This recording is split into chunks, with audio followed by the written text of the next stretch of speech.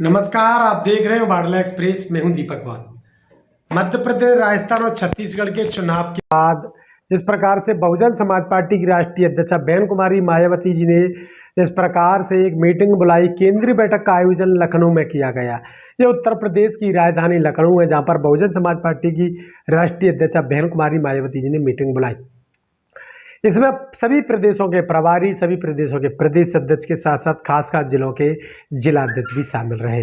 इसमें बहुजन समाज पार्टी की राष्ट्रीय अध्यक्ष बहन कुमारी मायावती जी ने एक बड़ा एक्शन लिया है और बहुजन समाज पार्टी की कमान यानी बहुजन समाज पार्टी का उत्तराधिकारी घोषित कर दिया है और घोषित किया है अपने ही भतीजे आकाश आनंद को।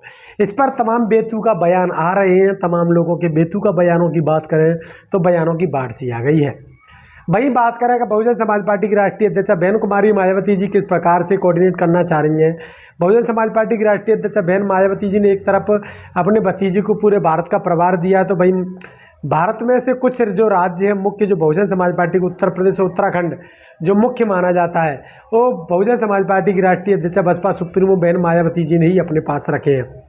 हालांकि बसपा सुप्रीमो यहाँ पर 2024 के चुनाव को देख रही हैं अपने नेतृत्व में, और 2024 के बाद पूरी की पूरी कमान आकाश आनंद के हाथों में दे दी जाएगी।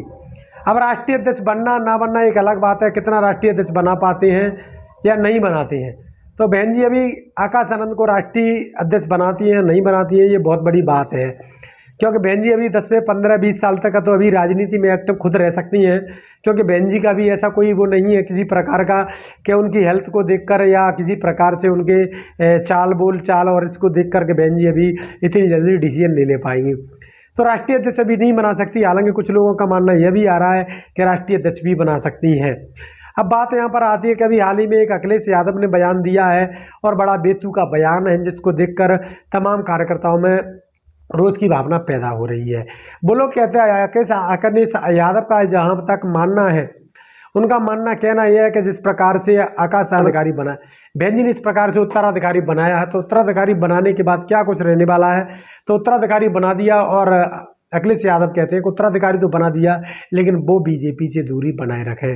तो कहीं ना कहीं यहाँ पर बात ये आती है कि इसका मतलब ये हुआ कि बहन जी की नज़दीकियाँ थी, बहन जी की नज़दीक बताई जा रही हैं। इस प्रकार का एक तंज कसा है कि युवा आकाश आनंद को बधाई हो, युवा आकाश आनंद अगर बने हैं तो बहुत अच्छा है और युवा नेतृत्व देश में आना चाहिए। लेकिन उन्होंने साथ ही साथ ये भी कहा है कि उनको बीजेपी से दूरी बनाने की ज़रूरत है।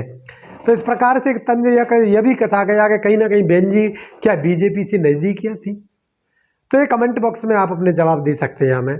इस प्रकार से अखिलेश यादव का जो बयान है, अगर बात करें यही अखिलेश यादव की, तो अखिलेश यादव के तमाम जो फोटो वीडियोज प्रधानमंत्री मोदी के साथ पाए जाते हैं, तो बहन जी ने आज तक प्रधानमंत्री मोदी से कभी मुलाकात नहीं की। नहीं उत्तर प्रदेश के सीएम की बात करें तो वहाँ भी जो योगी बाबा है उनसे भी कहीं मुलाकात नहीं की है। तो इस प्रकार से जब बहन जी कहीं भी मुलाकात नहीं करती हैं और बहन जी का इस प्रकार से एक माहौल बनाया जाता है कि वो कहीं ना कहीं बीजेपी से ग्रसित हैं या बीजेपी के बेकामी में चल रही है या बीजेपी कहीं ना कहीं उनको ईडी और सीबीआई का डर दिखाती है, तो बहन जी के पास जो लीगल संपत्ति है उस पर किसी प्रकार की कोई आँच नहीं है। इस प्रकार की जो बातें हैं वो कहीं ना कहीं समझने वाली बातें नहीं आ रही हैं। इस प्रकार से अखिलेश यादव का जो बयान है, तमाम देश भर में अन्य लोग भी कमेंट कर रहे हैं। यहाँ पर एक कमेंट किया गया है लोगों के द्वारा, जाके भीम आर्मी और चंद्रशेखर के समर्थक भी यहाँ पर बहुत बड़ी कमेंट कर रहे हैं कि राजा अब महलों से पैदा होंगे, अब राजा संघर्ष वाला नहीं बनेगा। तो कहीं ना कहीं ये सभी चीज़ें कहीं कहीं तो ये भी बात सामने आ रही है, ये भी कहा जा रहा है कि इस प्रकार से जो रोहिणी घाबरी ने इस प्रकार से एक अपनी चैट डाली है पूरी चंद्रशेखर के खिलाफ, और उसमें कहा गया है कि चंद्रशेखर ने मेरे साथ शोषण किया है, ऐसा आरोप लगाया है। और उन्होंने कहा है कि मेरी ज़िंदगी में रोता हुआ आया और मुझे बीच रास्ते में छोड़ दिया। चंद्रशेखर ने मुझे हवाला दिया, कई प्रकार की बातें की कि इस प्रकार से तो उन्होंने मुझे धोखा दिया। ये बात जब सामने आती है तो यहाँ पर यह भी अंदाजा लगाया जा रहा है कि एक तरफ जहाँ पर राष्ट्रीय कोऑर्डिनेटर आकाश आनंद को जहां उत्तराधिकारी बनाया गया और वही चंद्रशेखर पर इस प्रकार के आरोप लगे हैं, तो इसको मुद्दे को कहीं ना कहीं इस पर भी जोड़ा जा रहा है कि ये एक दूसरे से जुड़े हुए मुद्दे हैं। तो कहीं ना कहीं ये बेतुके बयान है लोगों के, वो कहीं भी जोड़ने के लिए तैयार रहते हैं। वहीं बात करें रोहिणी घाबरी की, तो रोहिणी घाबरी एक स्कॉलर है जो कि PhD कर रही हैं और उनका 2 करोड़ का जो भी मिलता है उनको स्कॉलरशिप, उसके माध्यम से वो वहाँ पर पढ़ाई कर रही हैं विदेश में, स्विट्जरलैंड में। तो बात कर सकते हैं कि इस प्रकार का जो माहौल है वो एक अलग माहौल है। यहाँ इससे जोड़कर अपनी बेतुकी साबित करने, अपने आप को नीचा सोचने वाली बात यहाँ पर समझ में आती है। वहीं बात करें इस प्रकार से तो मध्य प्रदेश में अभी मध्य प्रदेश, राजस्थान, छत्तीसगढ़ के चुनाव अभी संपन्न हुए हैं और राजस्थान में भी। तो वहीं बात करें तो वहाँ एक बात और कही जा रही है कि कहीं ना कहीं जो चंद्रशेखर रावण है वो कहीं ना कहीं बसपा से ज़्यादा वोट प्राप्त किए हैं। तो मैं एक बात और कहूँगा कि आप सभी लोग एक बार राजस्थान, मध्य प्रदेश, छत्तीसगढ़ की सूचियाँ उठाकर देख लें किसके वोट कितने आए हैं। वोटों का परसेंट की बात करें तो आज भी बसपा चंद्रशेखर से कई गुना आगे है। वहीं बात करें अगर राजस्थान में भले ही वोट बैंक गिरा है, लेकिन बसपा फिर भी कई सीटों पे सेकंड नंबर रही है। बसपा के 2 विधायक भी वहां पर जीते हैं। मध्य प्रदेश में ही बसपा के पास 3.5% वोट है।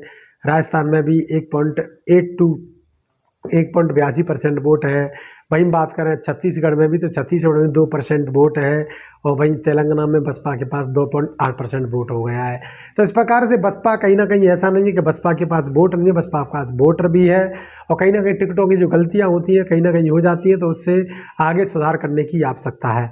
अब बात यह आती है कि जिस प्रकार से आकाश आनंद को एक और काम करने की आवश्यकता है। जहाँ तक की बात करते तो आकाश आनंद को जल्दी ही बहुजन पत्रकारों की मीटिंग बुलाकर और उसमें जल्दी ही कुछ ना कुछ सलाह मशवरा करना चाहिए और आकाश आनंद को जल्दी ही चित्र में एक्टिव हो जाना चाहिए।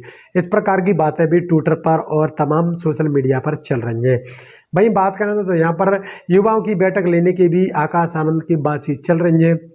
वो जल्द ही मध्य प्रदेश, राजस्थान और छत्तीसगढ़ में कूद सकते हैं, जहाँ पर हिंदी भाषी राज्य हैं जिनमें जहाँ बसपा 1-2 सांसद जीत चुकी है। पंजाब में जीत चुकी है, मध्य प्रदेश में जीत चुकी है, राजस्थान में, छत्तीसगढ़ में जहाँ जहाँ बसपा जीत चुकी है अपने सांसद, वहाँ पर कहीं ना कहीं बसपा की ओर से अभी ये भी कहा जा रहा है कि आकाश आनंद जल्द एक्टिव होकर क्षेत्र में आ सकते हैं।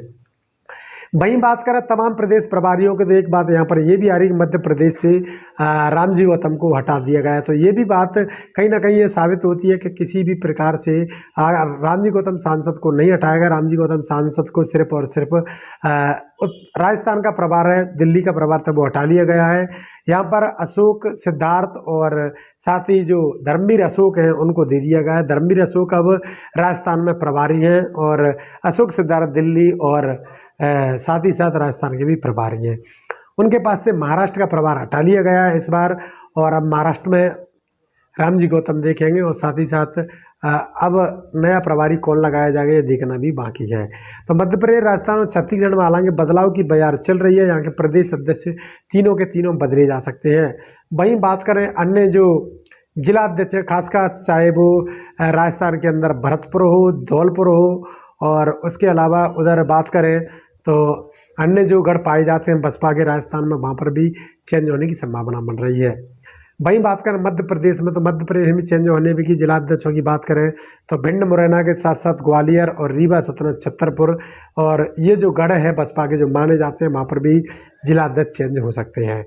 वहीं बात करें छत्तीसगढ़ की तो छत्तीसगढ़ का जो जिला है जैजैपुर, उसकी भी कहीं ना कहीं वहाँ से भी इस बार चेंज होने की संभावना है और वहाँ पर प्रदेश प्रभारी और प्रदेश अध्यक्ष भी बदले जा सकते हैं। तो इस प्रकार के जो बयानात चल रहे हैं, चाहे वो चंद्रशेखर के बयानात हो या बयानात हो तुम्हारे अखिलेश यादव के या फिर तमाम अन्य नेताओं के, इस प्रकार से कहा जा रहा है कि बसपा बीजेपी से मिली हुई है। तो ये सभी बेतुके बयानों के साथ बसपा को नीचा दिखाने की, बसपा कार्यकर्ताओं को डेमोलाइज करने के जो प्रयास किया जा रहा, तो कहीं ना कहीं बसपा कार्यकर्ता इससे गुमराह नहीं होंगे। और 2023 का चुनाव निकल गया है, 2024 के चुनाव में फिर से बसपा नया एक मजबूत पकड़ बनाने की कोशिश करेगी। तो लगातार बने रहिए बादल एक्सप्रेस के साथ। मैं हूं दीपक बौद्ध। वीडियो को अंत तक देखने के लिए आपका सभी का बहुत बहुत धन्यवाद। तो आप वीडियो को ज़्यादा से शेयर करिए, चैनल को सब्सक्राइब करिए, पेज को करिए फॉलो और हमें आर्थिक सहयोग करना ना भूलिए। तो देखते रहिए बादल एक्सप्रेस। मैं हूं दीपक बौद्ध। आप सभी का बहुत बहुत धन्यवाद।